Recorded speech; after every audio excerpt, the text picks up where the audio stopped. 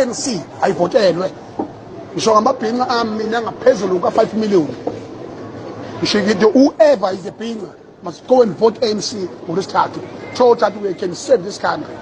Ngihlalile mina nomongameli phansi akhuluma naye wazenza izethembiso eyinqala zamabhinqa nokubuka isimo impilo yabantu abamnyama abahlupheka abangena ama conflicts wathembisa mina ukuthi uzokwenza ukushintsha uzolwenza futhi ziyakhala manje. Cyril Matamela Ramaphosa must remain the president of this country. ANC must lead us. We are not ready for that nonsensical situation that is about to happen in the country. Never. Ithe kuliphi ngamakhulu. Lenkulumo ungizwe wayisho ngo-2024 njengoba kwakulungiselwa ama-general elections lawa izoba khona ngomhla ka-29 kuMeyi 2024. Lapha iqhuqhumezela khona abantu ababizwa ngamabhinqa ukuthi abayovotela i-ANC futhi uPresident Ramaphosa kufanele abe upresident. Uma mthembisile kwabathembisa nabantu. Ngiyafisa kodwa ukwazi ukuthi ezethembisweni zabo ababezenzile benongizwe ikona kuphi sekwenzekile esikakhulukazi esigabeni sabantu abahluphekayo nakulawo mabhinqa asukuma hamba umvotela uPresident Cyril Ramaphosa. Noma ke ngiqonda ukuthi ama-results ka-2024 awabanga ngendlela okwakuhlelwe ngayo ngoba kwabe sekukhona i-MK lokho kwenza ukuthi i-ANC ibe no 40% nationally ibe no 40%. Lokho kwayiholela ekuthenini izigcine isikwi-GNU. Kodwa ke lezi nguquko ungizwa ikhuluma ngazo ziphi ngoba phela upresident kusenguye uRamaphosa. Angazi noma ngisho kabi na. Kodwa ngisho phela ngisusela lento enkulumeni eshuwe nguye ungizwe. Angiphume ke ngizwe ngene kwivideo namuhla. Kwangeve kungcono ke ngo-2024 umkhonto usanda kusungulwa kubheka okhethweni wonke umuntu understanda eqonda ukuthi organization ayinamali kangangokuthi owayeneshumi nani ngathenga usweet niqhephulelane ngobe understand ukuthi iorganization ayinamali. Kodwa into esiyibonayo manje siyak-understanda ke futhi angathi siyak-understand ukuthi kubuye kuthiwa iorganization ayinamali, but for the fact that sinabantu abaseParliament sibe nabantu kuma legislature sinama region sine province nje kuningi sinanabantu abaholayo kwiorganization, but iorganization ihlule ukusiprovider ngezinto ezincane amagazibu ipeni lika 250 noma nerula ke lokuchecka kuma voters roll. Angisayikhulume yokudla uzohlala u7 to 5 ngaphansi kwamatende nakhona lelo tenda kulona ngisho lomkhonto libhalelwe o Discovery ingabe libhalwe o MTN o Vodacom whatever lebhalwe lapho. Guys, ubuholi bethu niyasifeyila. Ngiyazi vele ukuthi le video izohamba izifike kini. Futhi noma nawe corporate SG unomvalo ungenza noma yini ngalokho kuku niyasifeyila. But nibukeka nibhizi nama media briefing nawe angayisizi ngaluthi organization. Indlela abantu bomkhonto kade bedabukisa ngayo izolo kuma voting station sidlulwa wona wonke amaqembu akhona. Kodwa siklema ukuthi umkhonto wesizwe ukhula every day. Hey abantu bayawuthanda umkhonto. And phela nikwazi ukulindela ukuthi into eyenzeka ngo-2024 iphinde yenzeke manje. Cause ngisho nababesilekelela babesiza babeqonda ukuthi organization yincane yintsha ayinamali. But ngeke ukuthi kukhona abantu abaholayo every month kwi-organization kuzoba khona abantu abazovele nje befike bezosupporta ngezinto zomndeni wawo. Kanti yini uma kubonakala ukuthi organization ayinamali kuke kumisa uholelo kwalabantu abaholayo kwekunaka indaba ze-organization ukuthi ishoda kuphi ngani bengalelela ngani kuphi. Awucabange nje sishodwa nje ngamagazibo kuma video yabo, kodwa kunomuntu nje oyiholela isizumbulu semali ngomhla ka15 nakhona umbono ukuthi wenzani. kanti yini ebalekile ama individuals noma ukukhulisa iqembu ukuthi iqembu libonakala ukuthi likhona liyaphila? Hayi ubuholi bethu bomkhonto wesizwe niyasi ubani lo? Ubuholi bethu bomkhonto wesizwe niyasigqilaza futhi niyadiscourage. Phela ke into engenasidingo nibonakala phambili nenza ama media briefing eksene emintamba amawuthi yawalalela nawo amanye wawo awathi shu. Niyayibulala iorganization. Kulungileke ngikholeni into elder noma ningixoshe. Vele okunika umuntu usekwenzile kwiorganization udlula ngisho abaningi babaholi. Bahle wenza le video emveni kokuba kwakuno 2 days lapho kwakuvuleleke khona abantu abasondele kuma voting station angakubo beyochecka ongabhalisile afika abhalise for ukuvota. Wayesenza le video ke la ekhala khona ukuthi bebengenawo ngisho amagazibo wokuthi nje bakwazi ukukhosela phansi kwawo namagazi bebewasebenzisa bekulawo amanye amakhampani kodwa iqembu labo likhulile.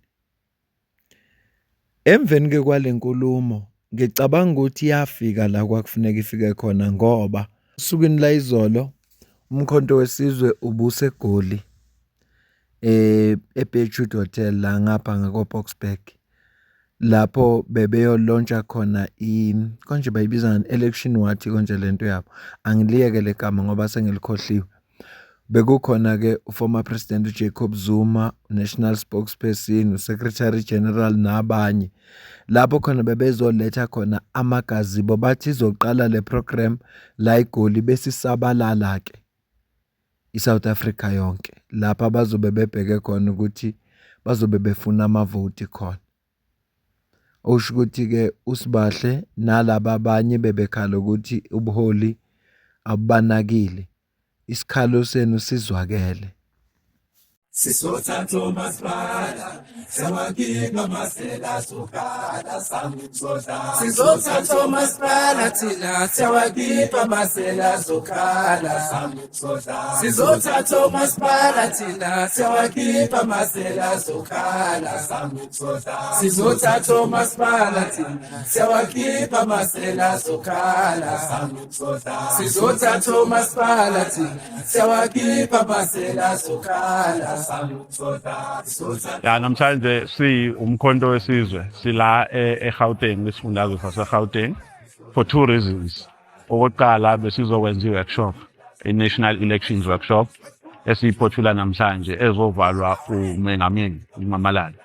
Okwesibili sidistributor i-elections material kuma comrades ama regions. So la eGauteng sikala ngeGauteng sibanikeza ikipa, sibanikeza amagazipo, sibanikeza amaflyer, sibanikeza amabhodi, sibanikeza yonke imaterial ukuze umkhonto wesizwe party ngevoter registration weekend ube visible but also ube ready ngayo yonke indlela. Ngoba sifuna ukuthi ama-comrades wethu ashiswe ilanga endaweni ezehlukene, sifuthi asebenze kahle ngaphandle kwama-frustrations ukuthi akunakudla. So siney'nhlelo ezinhle kakhulu-ke for i-voter registration weekend, iy'nhlelo zokuthi ama-comrades angabi nama-frustrations kuma-voter registrations azobe kuwona. Sithi-ke siyawancenga amalungu omkhonto ukuthi awancenga abantu bakithi base-South Africa ukuthi ababhalisele ukuvota abangakabhaliseli ukuvota, kodwa abangabhaliseli ukuvota nje babhalisele ukuvotela umkhonto wesizwe party ngoba yilona iqembu elizokhulula abantu bakithi. Sizotha Thomas Bala, Tina, siyawakhipha masela zokhala.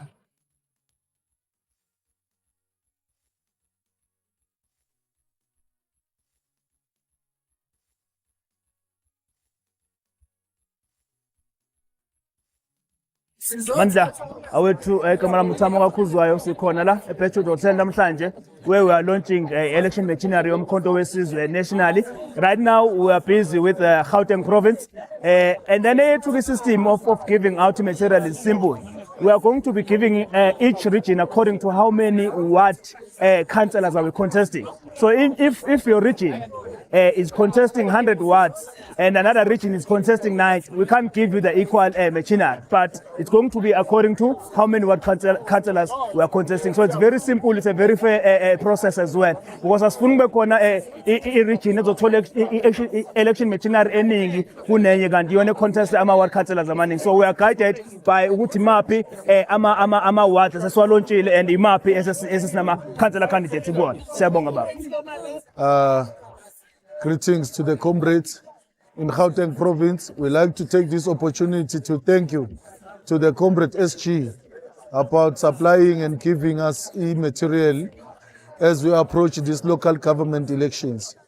As well as we know that we've been crying, facing these challenges of immaterial resources. So, but now finally we have come to a point whereby we receive our material and resources there. Obviously, I'm talking about the things that are here on the ground already. We also like to thank you to the president of the organization that he take this opportunity and listen to the Gauteng province, the crisis and the challenges that we are having, and is here as well, the comrade president, to address those matters. So we thank you very much for this opportunity.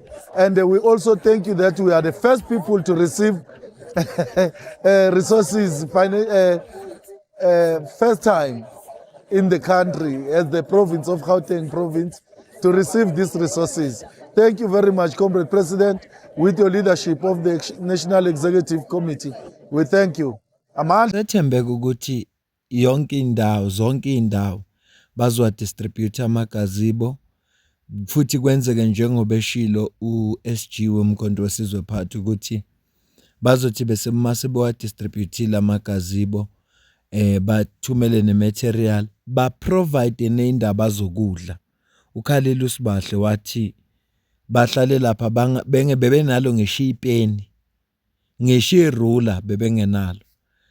Kodwa ke uma kwenzeka kanje ushuthi balalelile abayilungiseke akufanelanga makuvulwa le voter registration ezayo sizwe kukhona ama members azokhala ngento efanayo. Fanele nje lento ilungiseke zonke indawo ziwathola amagazibo, bayithola izikipa, bawathola amarula, bawathola amapeni. Bekwazi ukuthi bakhankasa. Ilokho bengithi angikwazise khona ngeinhlelo nje ezenzeke eqenjini lomkhonto wesizwe phathi. Mina nawe sidibane kwivideo landelayo. Ngiyabonga kakhulu.